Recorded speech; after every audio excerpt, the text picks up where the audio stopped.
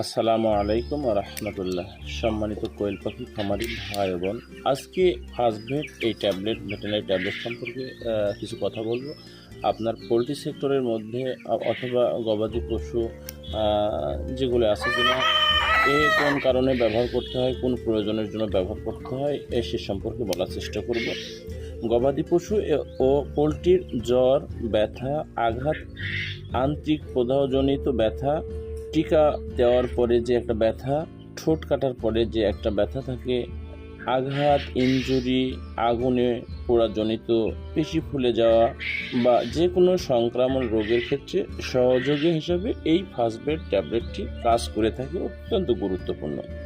তবে এটা ব্যবহার করবেন ডাক্তারের পরামর্শ অনুযায়ী। তবে আমি যেভাবে ব্যবহার করি সেটা হচ্ছে এই যে ফাস্টভেট ট্যাবলেট আমি 10 লিটার 8 থেকে 10 লিটার পানির মধ্যে একটি ট্যাবলেট ব্যবহার করে